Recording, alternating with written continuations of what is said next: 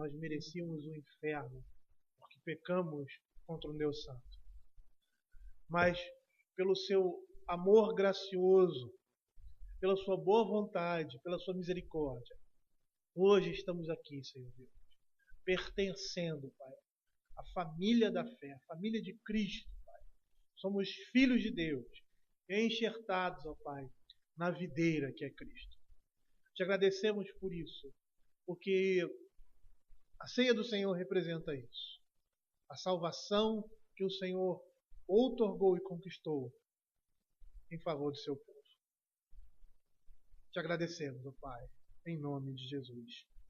Amém.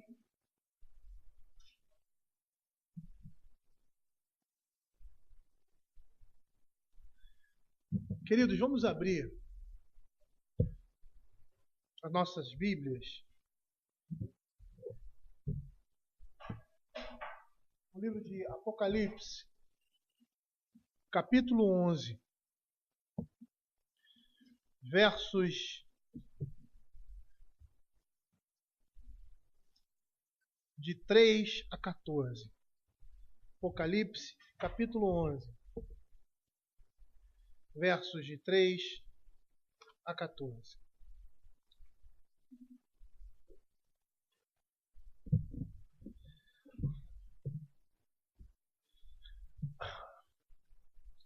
Diz assim a palavra do Senhor: darei as minhas duas testemunhas que profetizem por 1260 dias, vestidas de pano de saco. São estas as duas oliveiras e os dois candeeiros que se acham em pé diante do Senhor da terra. Se alguém pretende causar-lhes dano, sai fogo da sua boca e devora os inimigos. Sim, se alguém pretende causar-lhes dano, certamente deve morrer. Elas têm autoridade para fechar o céu, para que não chova durante os dias em que profetizarem. Tem autoridade também sobre as águas para convertê-las em sangue, bem como para ferir a terra com toda sorte de flagelos, tantas vezes quantas quiserem. Quando tiverem então concluído o testemunho que devem dar à besta que surge do abismo, pelejará contra elas e as vencerá e matará.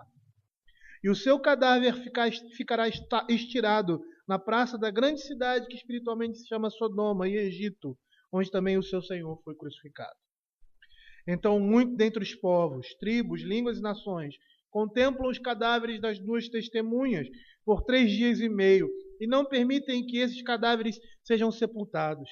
Os que habitam sobre a terra se alegram por causa deles, rezarão festas e enviarão presentes uns aos outros, porquanto esses dois profetas atormentaram os que moram sobre a terra. Mas depois dos 3 dias e meio, um espírito de vida, vindo da parte de Deus, neles penetrou, e eles se ergueram sobre os seus pés. E aqueles que os viram sobreveio grande medo, e as duas testemunhas ouviram grande voz vinda do céu, dizendo: subi para aqui. E subiram ao céu numa nuvem, e os seus inimigos as contemplaram. Aquela hora houve grande terremoto, ruiu a 10ª parte da cidade, e morreram nesses terremotos 7.000 pessoas, ao passo que as outras ficaram sobremodo aterrorizadas e deram glória ao Deus do céu. Passou o segundo ai, eis que vem, sem demora, o terceiro ai. Você está aqui na frente, um pouquinho para cá.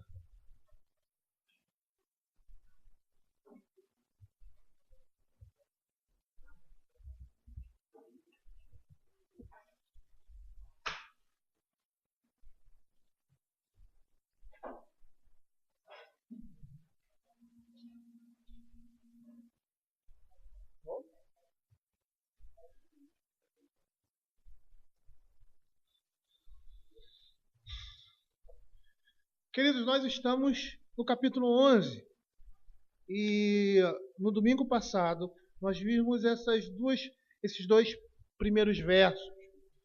E hoje nós não vamos desenvolver todos esses 11 versos. Nós vamos dividir em 2 partes. A primeira parte nós vamos falar hoje, que é do verso 3 ao verso 6. E a segunda parte nós vamos desenvolver na próxima semana. Eu gostaria de ler mais uma vez, somente essa primeira parte. Diz assim: darei as minhas duas testemunhas que profetizam em 1260 dias, vestidas de pano de saco. São essas duas oliveiras e os dois candeeiros que se acham em pé diante do Senhor da terra. Se alguém pretende causar-lhes dano, sai fogo da sua boca e devora os inimigos. Sim, se alguém pretende causar-lhes dano, certamente deve morrer. Elas têm autoridade para fechar o céu, para que não chova durante os dias em que profetizarem. Têm autoridade sobre as águas para convertê-las em sangue, bem como para ferir a terra com toda sorte de flagelos, tantas vezes quantas quiserem. A partir de agora, nós vamos perceber que não vai ser tão difícil entender o restante do capítulo 11. Os primeiros versos que nós vimos demonstram que a igreja está espiritualmente segura e protegida, ou seja, guardada por Deus. Muitas coisas que nós estamos vendo aqui se referem a esse período dessa segunda dispensação. E eu poderíamos dividir a história em duas dispensações. Nós temos os dispensacionalistas que dividem a história da redenção, a história bíblica, em 7 dispensações. Esse tipo de divisão, ela foge completamente daquilo que a palavra de Deus estabelece. Eu dividiria em duas. Antes de Cristo e depois de Cristo, como a história mesmo faz. E a gente percebe que o livro de Apocalipse ele foi dado a partir da ascensão de Cristo. Cristo morre, ressuscita, sobe aos céus, e no ano 90, mais ou menos, e aí teríamos uns 30 anos, ou sei lá quanto tempo, mas em torno disso, após a ressurreição, a morte e a ressurreição de Cristo. E a gente percebe claramente que o que está sendo dito aqui se refere a esse período, ao período anterior à vinda do Senhor. Nós vamos ver que a Escritura, os próprios apóstolos e discípulos do Senhor Jesus, chamavam esses tempos de plenitude dos tempos. Por que plenitude dos tempos? Porque a promessa tinha sido concretizada. Cristo, o Messias, havia vindo. E agora no capítulo 11, que é o intervalo entre a 6ª e a 7ª trombeta, nós vemos em primeiro lugar a Escritura dizendo que a igreja está sendo protegida, espiritualmente segura nas mãos do Senhor, guardada por Deus. E nesse tempo, verso 2, os gentios pisam a igreja, ou seja, se levantam contra ela. Nós precisamos entender que o livro de Apocalipse é um livro de alegorias. Não podemos entendê-lo de forma literal.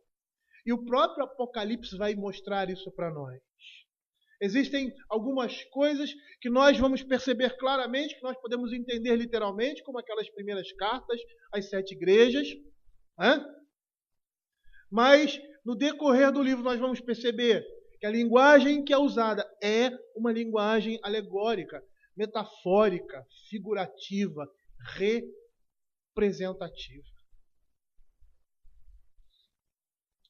E nesse meio tempo, o tempo em que a igreja está sendo protegida, é o tempo que os gentios vão calcar os pés à cidade santa, ou seja, vão se levantar contra a igreja. Nesse mesmo período, agora descrito por 1260 dias, lá no verso 3, a gente vai perceber que é o mesmo período, esse período que a igreja está sendo protegida e que os gentios estão pisando os crentes, estão se levantando contra a igreja. É o mesmo período em que a igreja está pregando. Nós vamos perceber claramente que essas duas testemunhas aqui não são duas testemunhas literais, mas elas são figuras da igreja. A igreja, nesses 1260 dias, que também não é literal, mas que representa um período de tempo, e provavelmente período de tempo da ascensão de Cristo até a sua segunda vinda, da morte e da ressurreição do Senhor Jesus até a sua segunda vinda, é um tempo figurativo, alegórico. E nesse período a igreja deve ser, aqui na terra, testemunha de Deus. Ela está armada agora com o poder de Deus para o cumprimento da sua missão. E o que está por trás dessa leitura, darei poder às minhas testemunhas para que profetizem por 1260 dias. E que mensagem é essa?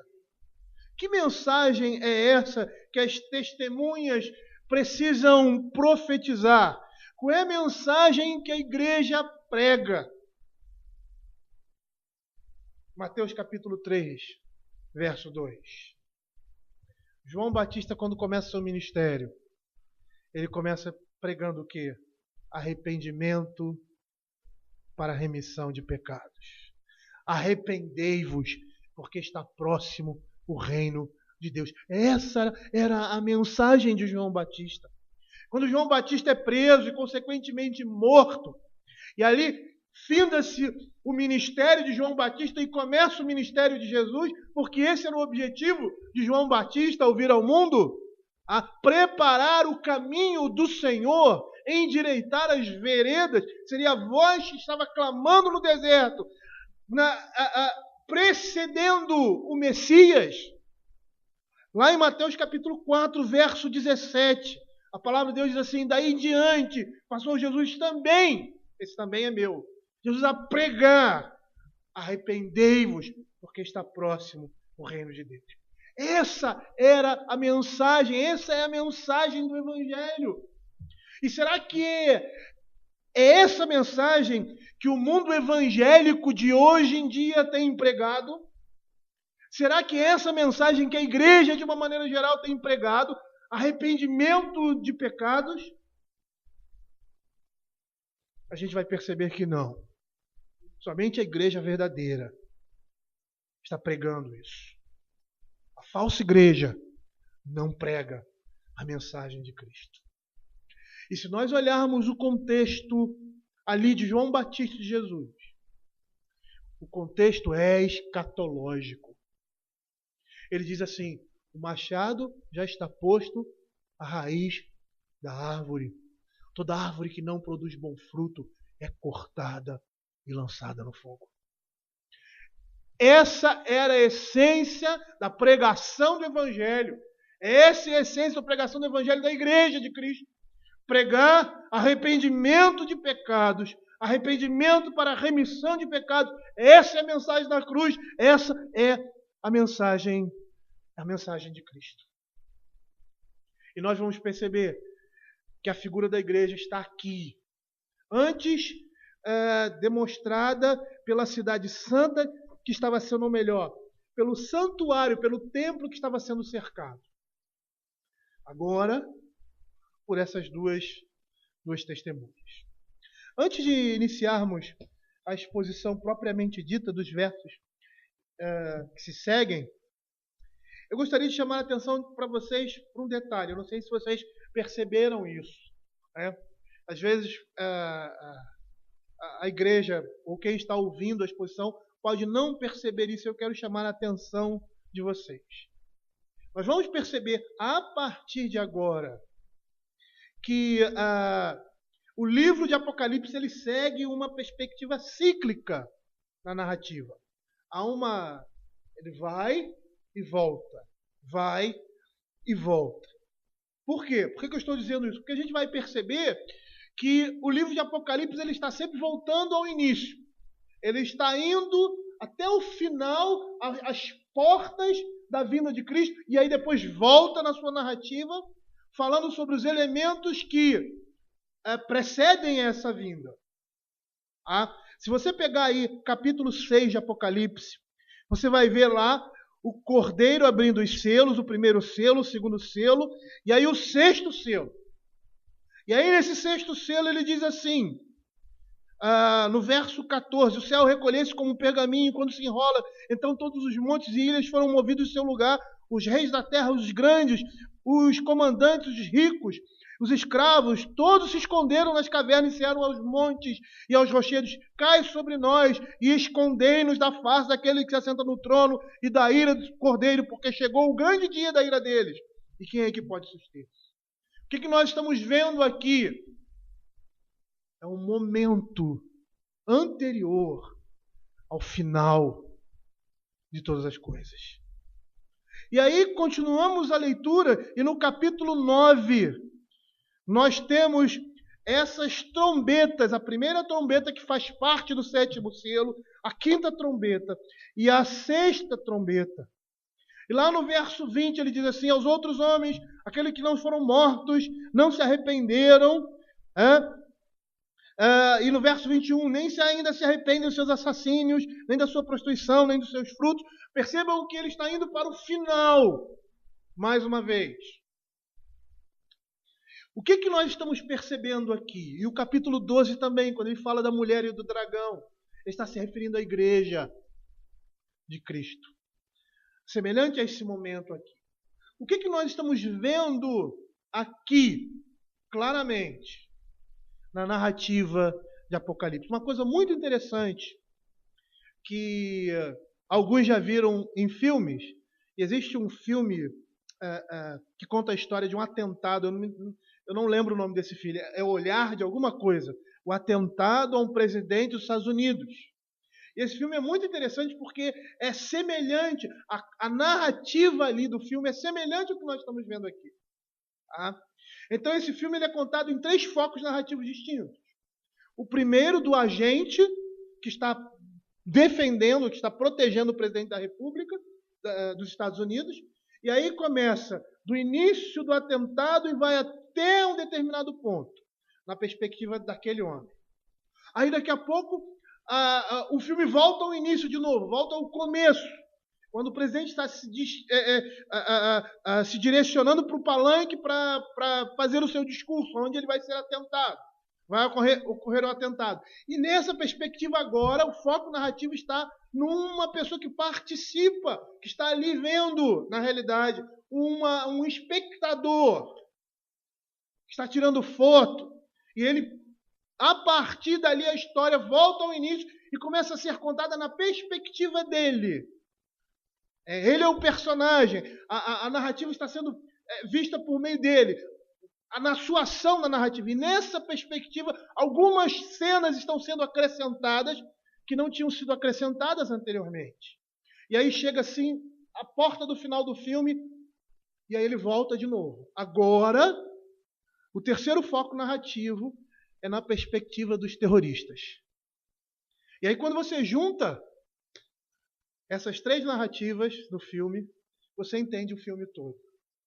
Você vê o filme na perspectiva daquele homem que estava defendendo o presidente dos Estados Unidos, daquela pessoa que participava da festa, mas era um espectador, por isso simplesmente, e se de uma certa forma se envolve na trama, e dos próprios terroristas. E aí essa terceira parte chega o fim do filme. É mais ou menos isso que nós estamos vendo aqui. Nós estamos vendo a narrativa bíblica contando as coisas que estão acontecendo e que vão acontecer antes da vinda de Cristo. E no momento final aí nós vemos um retrocesso, ou melhor, uma outra perspectiva daquele mesmo momento, voltando de uma certa forma, ou sendo paralelo aos acontecimentos já contados.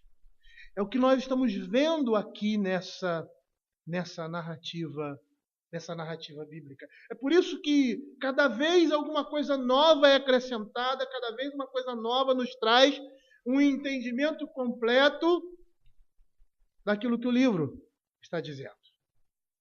E a partir dessa perspectiva nós vamos dar continuidade aqui no verso 3. Diz assim: darei as minhas 2 testemunhas que profetizem por 1260 dias, vestidas de pano de saco. E eu disse anteriormente que essas testemunhas simbolizam a igreja militante, dando testemunho da palavra de Deus por meio de quem? Dos seus ministros e missionários. Ou seja, por meio de toda a igreja. Os ministros e missionários, eles representam a igreja, institucionalmente falando. Mas aqui essas 2 testemunhas não se referem somente a eles, mas à igreja dando o seu testemunho na presente era, na plenitude dos tempos. Às vezes nós pensamos que missionário é somente aquele que vai, né? Sai do seu lugar e vai. Todos nós somos missionários. Todos nós. Porque onde nós estamos pregando e vivendo o Evangelho. Na história da igreja, na igreja pós-apostólica,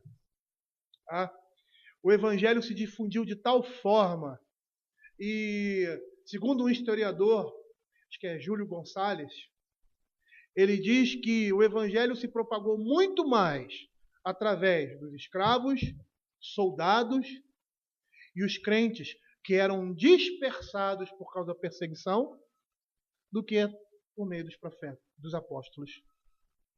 É a igreja dando testemunho.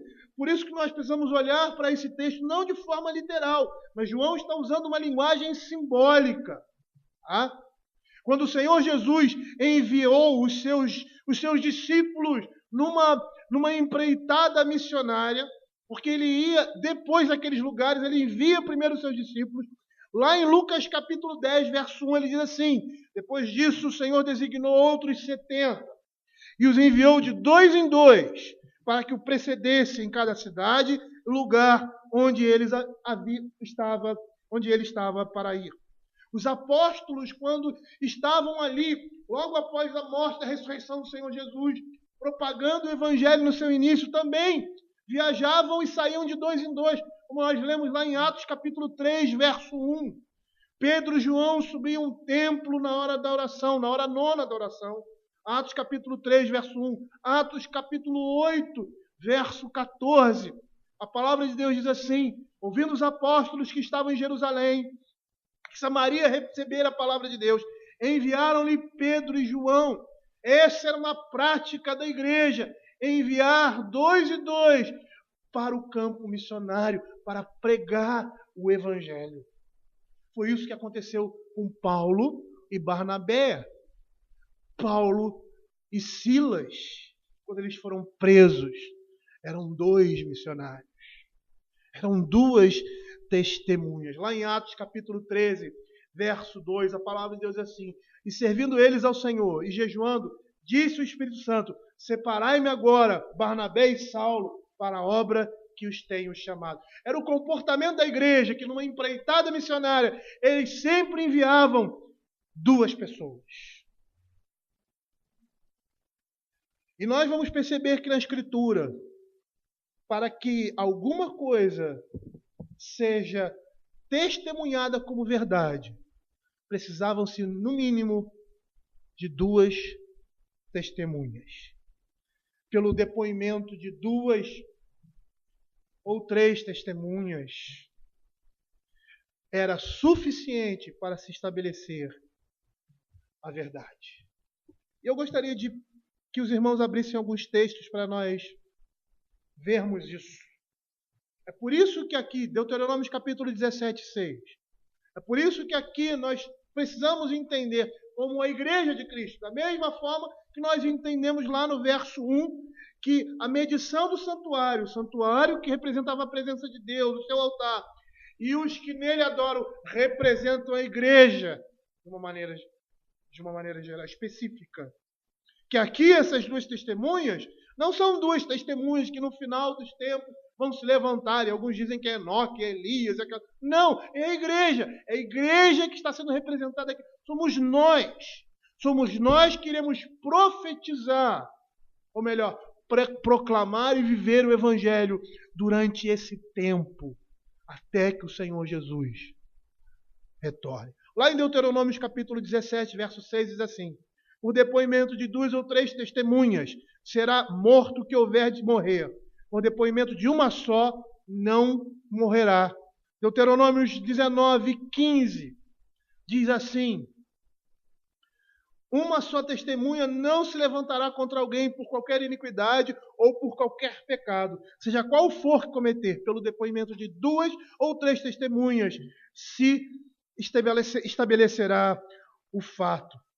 E mais uma vez, lá em Mateus, agora no Novo Testamento, capítulo 18, verso 16, diz assim: se porém não te ouvir, toma ainda contigo 1 ou 2 testemunhas, para que depoimento de 2 ou 3 testemunhas, toda palavra se estabeleça. O que nós estamos vendo aqui nessas duas testemunhas? Eles estão pregando a verdade. Eles estão testificando. E a ideia aqui de duas testemunhas é testificar a verdade, estabelecer a verdade. Essas duas testemunhas representam a igreja militante, por meio dos seus ministros, por meio dos seus missionários, por meio dos crentes da igreja. Por quê? Porque eles estão desenvolvendo o trabalho da igreja. Que trabalho é esse? Que obra é essa que nós estamos desenvolvendo? Estamos pregando e vivendo como testemunhas de Cristo num mundo em pecado. Essas duas testemunhas aqui somos nós, queridos. Somos nós. E aí a palavra de Deus diz assim: profetizem por 1260 dias. Esse é o período que a igreja de Cristo dará seu testemunho, o testemunho do Senhor. E é um período, na realidade, figurado, não é literal. É um período de tempo em que a igreja vai pregar o Evangelho, vai profetizar, vai viver, vai ser testemunha de Cristo. É interessante o que William Hendricks propõe, porque o que nós estamos vendo aqui? O que nós estamos vendo aqui no capítulo 11, verso 1 e 2, quando no verso 3 ele diz 42 meses, e aí nós estamos falando que é a mesma referência, porque é o mesmo período de tempo que nós estamos vendo aqui no verso 3, 1260 dias. Quanto é 42 meses? 1260 dias. Quanto é 3 anos e meio? É o mesmo período. Na realidade, isso aí não é literal, mas representa um período de tempo em que a igreja vai pregar o Evangelho. E vai pregar com poder. É um período de tempo em que a igreja vai pisar em serpentes e escorpiões. E nós vimos que serpentes e escorpiões é uma linguagem figurada para mostrar o poder das trevas. Ou melhor, o poder do pecado e de Satanás no mundo. É esse período de tempo. É um período de tempo também que a igreja vai pregar. E nesse período de tempo, os gentios vão perseguir, os ímpios vão perseguir a igreja. Uma coisa interessante que William Hendricks fala, e que eu achei muito legal, é porque no verso 11, no capítulo 11, verso 2, ele fala 42 meses. Tá? E aqui ele fala 1260 dias. Eu não sei se essa perspectiva que ele apresenta aqui é correta, mas eu achei muito, muito lógica. Por quê? Porque nós temos 3 períodos de tempos aí, tá? E nós vamos ver isso mais adiante. 42 meses, 3 anos e meio, um tempo, outro tempo e metade de um tempo, são 3 anos e meio, e 1260 dias, que é o mesmo período. E ele diz que quando uma cidade era sitiada, era cercada, e você medir uma cidade, você está cercando, a duração desse sítio era expressa em termos de meses. É por isso que aqui, nos primeiros versos, ele usa 42 meses. Seria referência à cidade sendo medida. E a descrição do período de tempo das testemunhas é em dias. Por quê? Porque o testemunho representa uma ação diária. A igreja testemunhando a cada dia nessa dispensação. Eu não sei se essa perspectiva, esse feeling que ele teve aqui é correto. Se bem que essas informações que ele deu são reais. Mas eu acho muito, muito coerente. Então a palavra de Deus no verso 3 está dizendo que a igreja nesse período ela vai pregar o Evangelho. Ela vai profetizar aqui seria pregar, proclamar o Evangelho durante um determinado tempo. E nós vamos entender. Porque lá no verso 7, Diz assim: quando tiverem então concluído o testemunho que devem dar, quem? A igreja. A besta que surge do abismo pelejará contra elas e as vencerá e a matará. E nós vamos entender o que significa. Isso eu posso até adiantar, é um silenciamento do Evangelho. É um apagamento do Evangelho. Mas nós vamos falar isso, não uma extinção, mas um apagamento do Evangelho. Da voz profética, ou melhor, a pregação da palavra. É por isso que lá em Lucas capítulo 18, a palavra de Deus diz: quando o Senhor vir à terra, Ele não vai encontrar o quê? Amor. Porque o amor vai se esfriar. Isso está relacionado à pregação do Evangelho. Mas não vamos adiantar, nós vamos chegar lá. E qual é essa mensagem? A palavra de Deus diz que é a igreja, essas duas testemunhas vão pregar por um determinado período de tempo e estarão vestidas de pano de saco. O que isso significa? É interessante porque a linguagem aqui é significativa, ou melhor, é simbólica. E o uso dessas vestimentas no Velho Testamento, e até mesmo ali no período, nos tempos de Jesus, nos tempos bíblicos, do Novo Testamento, ela tinha uma significação simbólica. E esse era o caso especialmente dos profetas. Muitos profetas se vestiam dessa forma. Por quê? Porque estavam querendo realçar o pecado do povo, conclamando o povo ao arrependimento, ou para chamar a atenção do povo para o juízo e castigo iminente que vinha da parte de Deus. Simbolicamente, a igreja vestida de pano de saco significa sinal de arrependimento. Isso aqui está voltado para a mensagem. A igreja está profetizando. E o que ela está profetizando? Qual é a mensagem que ela está trazendo? Arrependimento de pecado. Arrependimento para a remissão de pecado. O conteúdo desse pequeno rolo aqui que João recebe. Então me disseram, é necessário que ainda profetize a respeito de muitos povos, nações, línguas e reis. Esse sempre foi o lema do Evangelho, o tema central do Evangelho. É isso que significa boas novas. Arrependimento para a remissão de pecados. Como eu disse anteriormente, essa era a mensagem de João Batista. Essa era a mensagem de Jesus. E se nós abrirmos lá, vamos abrir Mateus, capítulo 3. Mateus, capítulo 3. Verso de 7 a 10.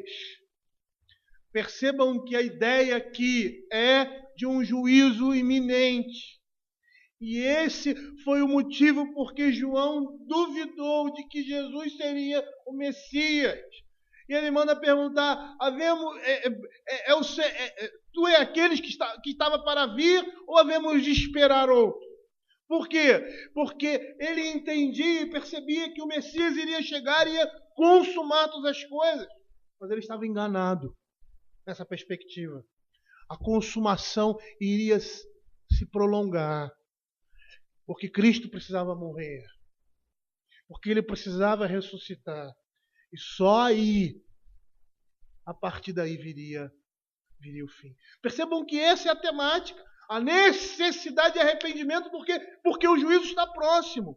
Vendo ele, porém, que muitos fariseus e saduceus vinham ao batismo, disse-lhe: raça de víboras, quem vos induziu a fugir da ira vindoura? Produzir, pois, frutos dignos de arrependimento. E não comeceis a dizer entre vós: temos por pai Abraão. Porque eu vos afirmo que destas pedras Deus pode suscitar filhos a Abraão. Já está posto o machado à raiz das árvores.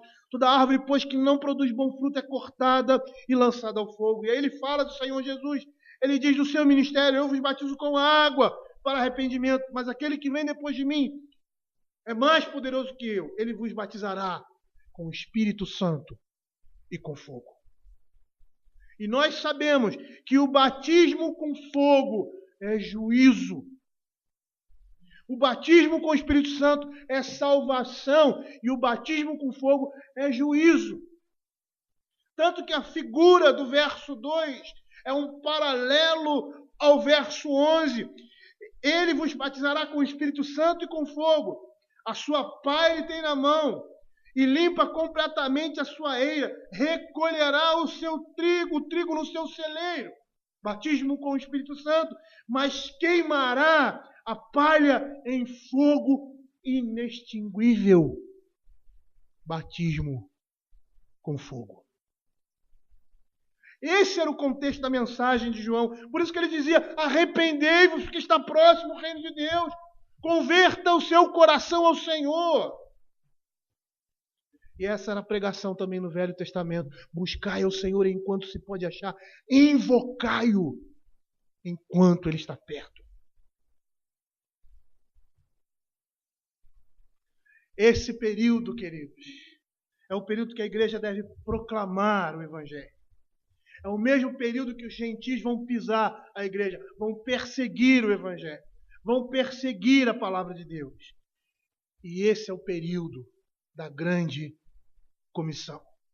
Lá em Mateus capítulo 28, verso 18 a 20, diz assim: Jesus, aproximando-se, falou-lhes, dizendo: toda a autoridade me foi dada no céu e da terra. Ide, portanto, fazei discípulos de todas as nações, batizando em nome do Pai, do Filho e do Espírito Santo, ensinando-os a guardar todas as coisas que vos tenho ordenado. Eis que estou convosco todos os dias, até a consumação do século.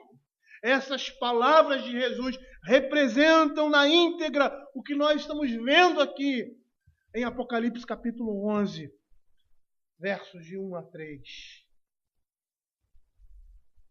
E para que a gente tenha uma visão mais nítida da figura da igreja como uma poderosa, porque é isso que nós estamos vendo aqui, a igreja, uma poderosa organização missionária por toda a era presente, por toda essa dispensação. Por isso que ela é descrita da forma que se segue. Os versos seguintes, os versos de 4 a 5, vão demonstrar essa organização missionária poderosamente constituída. Eis que estou convosco, diz o Senhor Jesus. Ide, batizando e ensinando, em nome do Pai, do Filho e do Espírito Santo. É a igreja pregando o Evangelho e dando um testemunho vivo de Cristo nesse mundo. E para nós percebermos esse poder que a igreja tem na presente dispensação, ela é descrita dessa forma, da forma como nós vemos aqui, do verso 4 ao verso 6, que diz assim: são estas as duas oliveiras e os dois candeeiros que se acham em pé diante do Senhor da terra. Ele está se referindo a essas duas testemunhas, ou o quê? A igreja. O que a oliveira produz? Azeite de oliva. O azeite, na Escritura, tem várias representações, todas elas voltadas para Cristo, para o Espírito de Cristo, para Deus. O azeite era usado para ungir. O azeite de oliva era aquele que era usado para colocar no candelabro ou no candeeiro, para que a luz fosse dispensada, difundida e, consequentemente, as trevas fossem dissipadas. Por vezes nós vamos ver na Escritura que a igreja é comparada a uma oliveira. Abram aí o Salmo 52, verso 8. Olha o que diz a palavra do Senhor.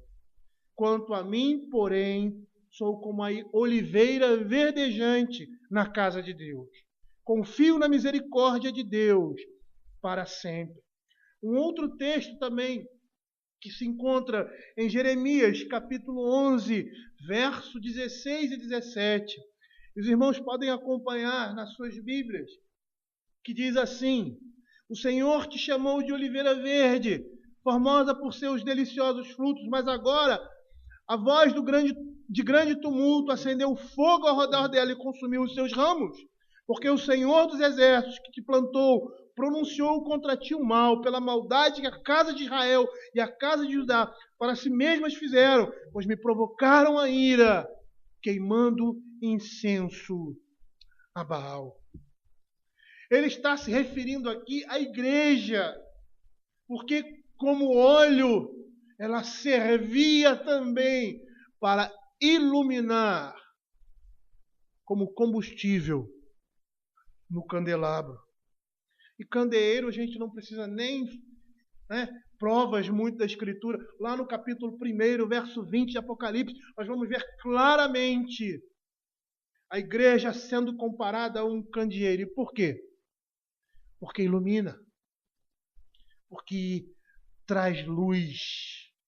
O candeeiro simbolicamente representa a igreja, composta de crentes que vivem pela palavra de Deus e pelo testemunho de Cristo. Eles são luz, como diz Mateus, capítulo 5, verso 15 e 16. Nós somos luzes. É isso que a palavra de Deus nos chama. Mas é interessante nós observarmos que a linguagem que ele usa aqui no verso 4 é uma linguagem tirada lá de Zacarias, capítulo 4. Abram Zacarias, capítulo 4, verso 2 e 3. Nós percebemos que João, ao trazer a palavra de Deus, trazer essa revelação do Apocalipse, nós vemos que as figuras que são trazidas são figuras todas, em grande maioria, do Velho Testamento. Nós percebemos que o Novo e o Velho Testamento, eles se fundem. Eles estão um como fundamento do outro. E no capítulo 4, verso 2 e 3, ele diz assim: e me perguntou, que vês? Respondi: olho e eis um candelabro todo de ouro e um vaso de azeite em cima, com as suas 7 lâmpadas e 7 tubos, uma para cada uma das lâmpadas que estão em cima do candelabro, junto a este 2 oliveiras, uma à direita do vaso do azeite e outra à sua esquerda. E nós vamos perceber que Zacarias vai identificar esses 2 elementos, essas 2 oliveiras, como servos do Senhor, como ungidos de Deus, que servem ao Senhor de toda a terra. Zacarias capítulo 3, verso 4, verso 3, 11 e 14, que diz assim: junto a essas 2 oliveiras, uma à direita do vaso do azeite e a outra à sua esquerda, verso 11, prossegui e lhe perguntei: quem são as 2 oliveiras, à direita e à esquerda? Verso 14. Então ele disse: são 2 ungidos que assistem junto ao Senhor de toda a terra. No livro de Zacarias, no capítulo 4, ele está se referindo a 2 elementos importantes ali na igreja, no Velho Testamento, que é Jeshua ou Josué, no capítulo 3, 8, e Zorobabel, acho que no verso 9 do capítulo 4, vai citar o nome dele. O profeta ali está se referindo a essas 2 pessoas, porque eles representam a comunidade judaica de regresso da Babilônia. Esses homens representam a igreja no Velho Testamento, que estava voltando para Israel.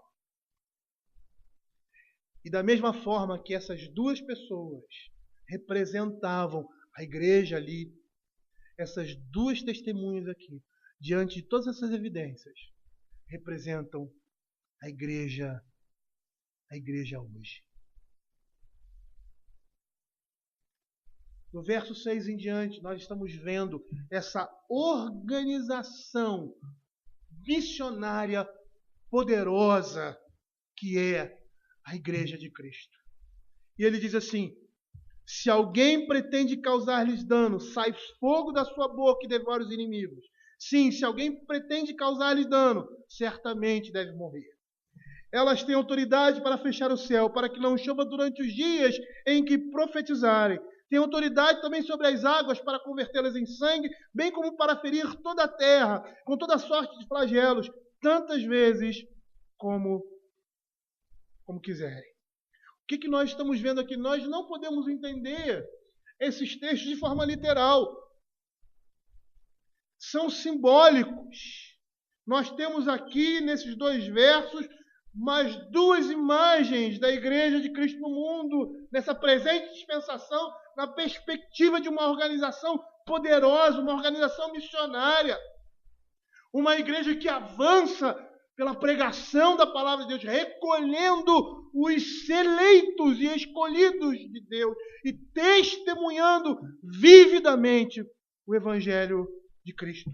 Essas figuras que nós temos, todas são figuras do Velho Testamento. A primeira é de Elias, quando fez descer fogo do céu sobre 2 companhias de soldados que Acasias mandou, porque ele estava morrendo e queria saber, através de Baal-Zebub, se eu não me engano, se ele ia sobreviver e não. E aí Elias se interpõe no meio e diz assim: não vai lá não. Ele está indo para lá, mas tem profeta em Israel. Eu vou dizer para ele, ele não vai levantar da cama. E aí Acasias fica revoltado e manda 2 companhias de soldados, e todos eles morrem queimados. Porque Elias disse: desce fogo do céu e queima todos eles. Até a última companhia chegar e dizer assim: pelo amor de Deus, não faça isso. Tenha misericórdia da minha vida e da vida desses homens. O rei quer vê-lo. E ele vai e acompanha esse homem, porque o Senhor fala: vai com ele. E ele diz tudo aquilo que ele disse anteriormente para Acasias: você vai morrer por causa dos seus pecados. E ele morreu. Também temos aqui a menção à oração de Elias, que fechou os céus para que não chovesse. Lá no verso 6, eles têm autoridade para fechar o céu para que não chova durante os dias em que profetizarem. E temos também mais uma menção ao Velho Testamento, a Moisés e Arão, que converteram a água em sangue. Fechar o céu para que não chova, ter poder sobre as águas. Aqui nós estamos vendo uma menção a esses homens, a esses profetas do passado. Estamos vendo, de certa forma, a ação da oração, e é esse contexto aqui. Também a oração do justo, poderosa, eficaz, quando representa a vontade de Deus. Lá em Tiago, capítulo 5, verso 16, a palavra de Deus diz, fala da oração do crente, e se refere a essa circunstância que Elias viveu, lá no verso 16. Tiago, capítulo 5, verso 17. Elias era homem semelhante a nós, sujeito aos mesmos sentimentos, e orou com instância para que não chovesse sobre a terra. E por 3 anos e meio não choveu. O que nós estamos vendo aqui representativamente na vida desses homens é o povo de Deus clamando ao Senhor que intervenha no que tange ao clima e aos fenômenos naturais, e Deus agindo porque esta era a sua vontade. Da mesma forma, nós vemos lá em Apocalipse capítulo 6, verso 10 e 11, os santos clamando pelo juízo de Deus sobre os pecadores, impenitentes e obstinados, e o juízo de Deus sendo manifestado e vindo sobre o mundo. O que significa toda essa linguagem? A gente já conseguiu perceber. Significa que como fogo que sai da boca, como ele diz aqui, e devora os seus inimigos, significa dizer que a palavra de Deus é poderosa. É esse o significado. Lá no Salmo 39, verso 3, o salmista diz assim: embraseou-se-me no peito o coração, enquanto eu meditava, ateou-se fogo. Então disse eu com a própria língua. A palavra de Deus é fogo devorador. Deus diz a Jeremias, lá em Jeremias capítulo 5, verso 14, que as suas palavras seriam como fogo em sua boca.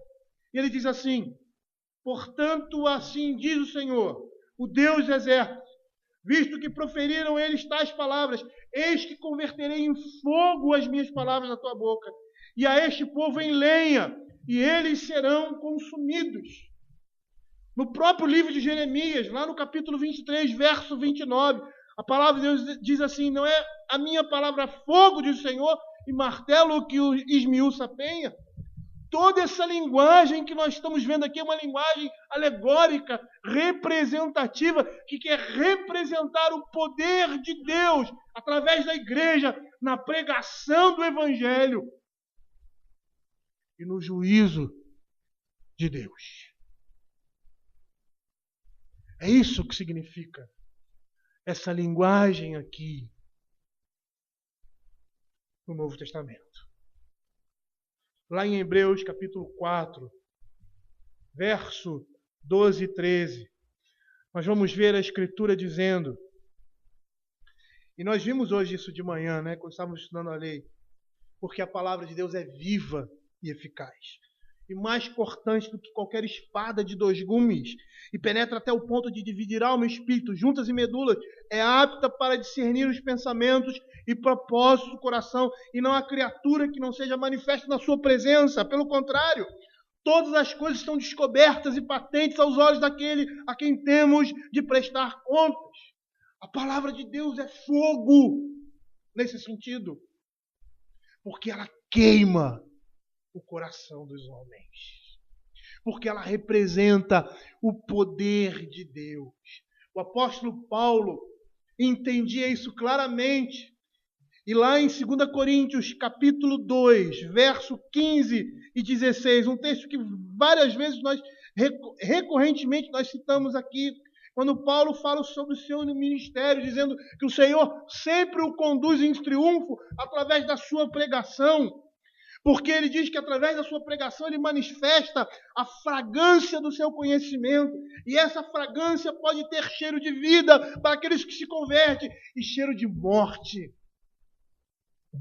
para aqueles que não se arrependem dos seus pecados. É isso que significa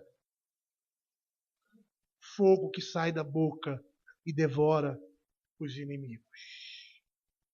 Por outro lado, nós temos, como já falamos, a oração como um instrumento de plena confiança de que Deus ouve e responde a oração que de fato pode mover montanhas. Não montanhas literais, mas, mais uma vez, nós estamos vendo uma linguagem figurada. A fé pode fazer isso. Os crentes oram a oração do Senhor. Lembra da oração do Senhor? A petição para que o reino de Deus venha. Ele está vindo.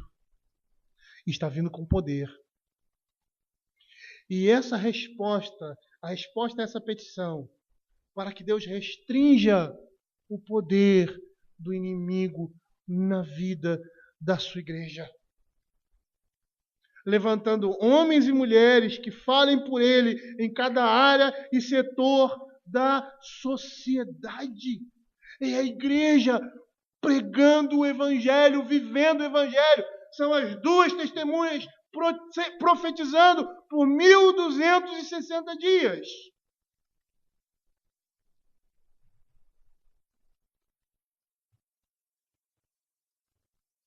Sabe o que significa, queridos? Que nesse período a igreja não pode ser detida na sua missão. É isso que nós estamos vendo aqui. É o triunfo do cavalo branco, do cavaleiro branco. É Deus quem está administrando a história. A sua igreja está sendo vencedora. Você escuta por aí, você é vitorioso, vitorioso, vitorioso. Sabe o que significa isso? Não o que eles dizem. Não é uma vitória financeira. Porque muitos deles morreram pobres. O próprio Cristo era pobre. Não é a vitória de saúde. porque muitos deles ficaram doentes, como o apóstolo Paulo.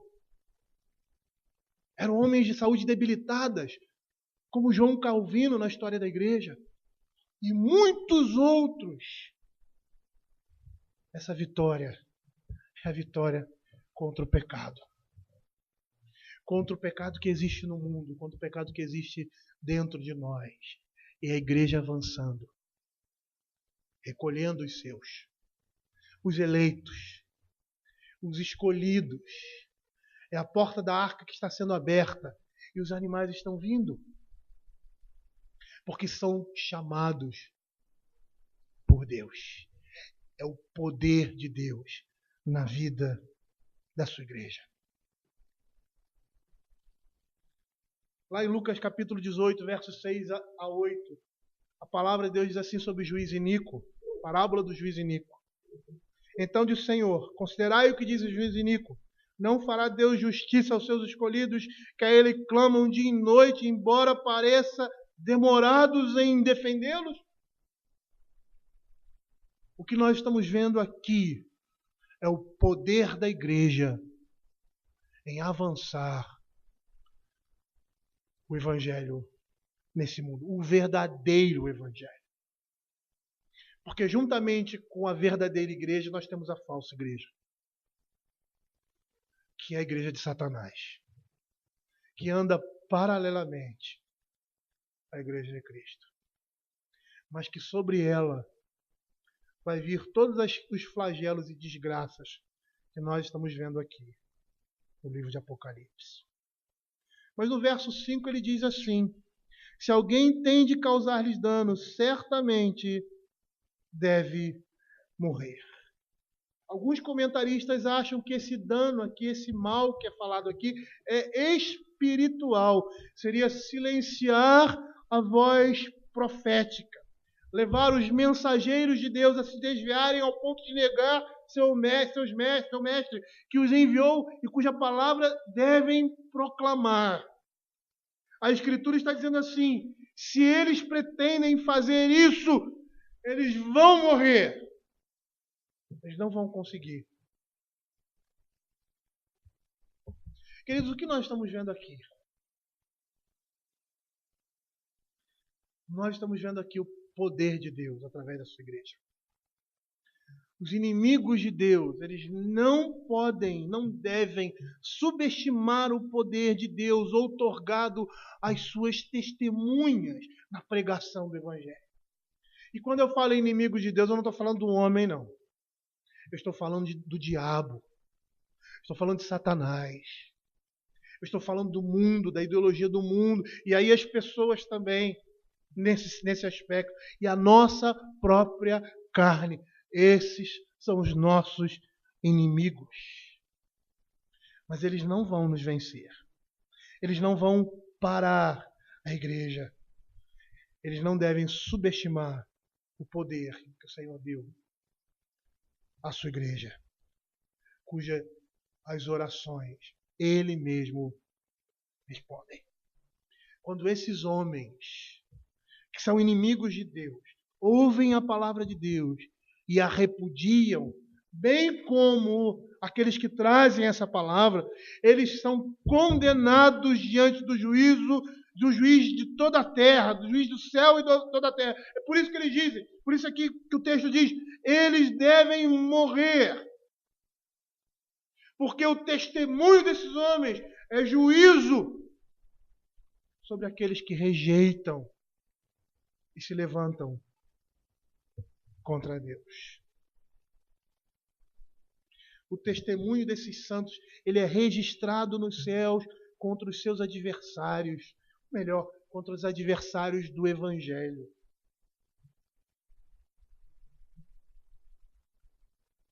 E eles serão incapazes de escapar. E qual é o propósito da igreja? Nesse período, cabe a nós crentes, sermos testemunhas nesses tempos difíceis. Fazer como João Batista fez. Fazer como Jesus fez. Arrependei-vos, porque está próximo o reino de Deus. É Ele quem vai tomar vingança sobre aqueles que não se dobraram, que não se voltaram para o Senhor, que não se arrependeram dos seus pecados. Como diz aí no verso 20 do capítulo 9, os outros, aqueles que não foram mortos por esses flagelos, não se arrependeram das obras das suas mãos. Cabe a nós, como igreja, pregar o Evangelho com poder. Sabe o que é pregar o Evangelho com poder? É só abrir a Bíblia, só proclamar o Evangelho. É viver o Evangelho. É viver aquilo que a palavra de Deus está dizendo. Nós somos chamados como igreja, nesse período de tempo, para proclamar o Evangelho, para que aqueles que não conhecem o Evangelho ouçam e se convertam dos seus pecados. O que nós estamos vendo aqui é a igreja sendo chamada a viver nesse mundo como estrangeiros e peregrinos, vivendo o Evangelho em suas vidas como testemunho de Cristo. Essa é a pregação e o poder do Evangelho. E ninguém pode alterar essa marcha. Ninguém pode se colocar entre Cristo e a sua igreja.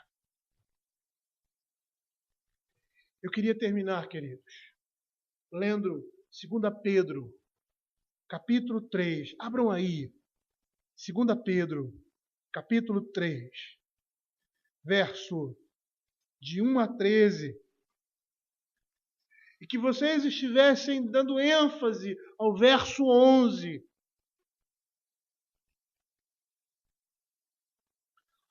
Amados, esta é agora a segunda epístola que vos escrevo.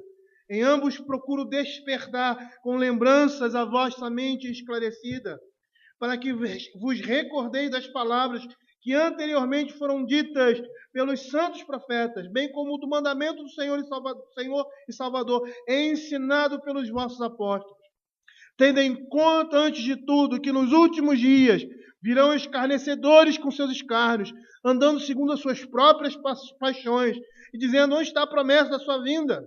Porque desde que os pais dormiram, todas as coisas permanecem como desde o princípio da criação. Porque deliberadamente esquecem que de longo tempo houve céus, bem como terra, a qual surgiu da água e através da água pela palavra de Deus, pela qual veio a perecer o mundo daquele tempo afogado em água.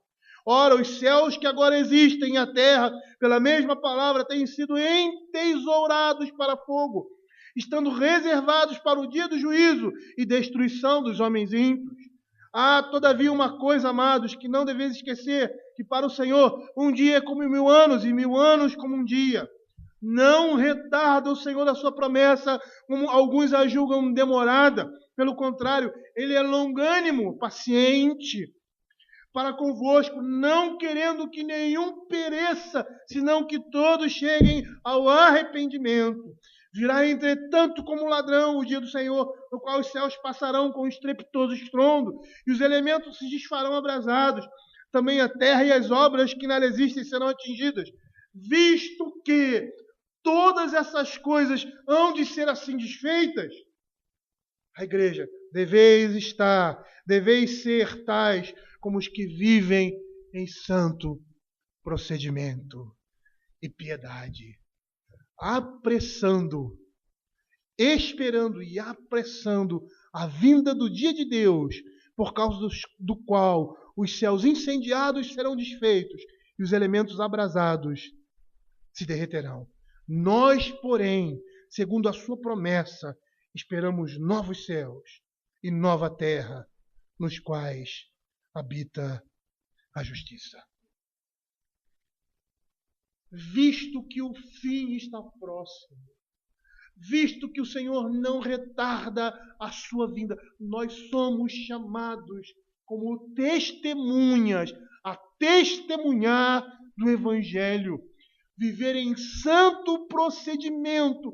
É dessa forma que o nosso trabalho no Senhor, como diz lá 1 Coríntios capítulo 15, verso 58, não será vão. É dessa forma que nós estamos aguardando sermos revestidos de incorruptibilidade. É dessa forma que nós estamos ansiando por uma pátria celestial, superior, aquela que está sendo preparada para todos aqueles que amam a vinda do Senhor. É isso, queridos, que essa palavra significa. É isso que nós estamos vendo aqui, nesses versos. Do verso 3 a 6 de Apocalipse, capítulo 11. Tem um texto de Apocalipse que diz, continue, eu acho que é de Apocalipse, lá no finalzinho, eu me lembrei agora.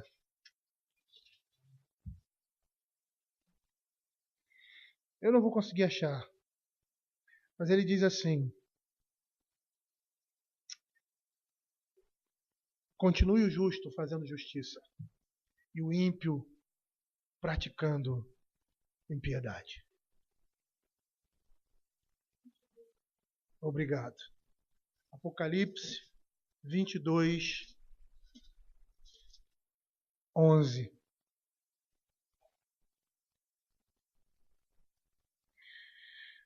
Verso 10. Disse-me ainda, não seles a palavra da profecia deste livro, porque o tempo está próximo. Continue o justo fazendo injustiça.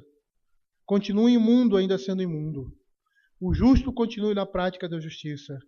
E o santo continue a santificar-se. Essa é a palavra que o Senhor tem para nós nesse texto.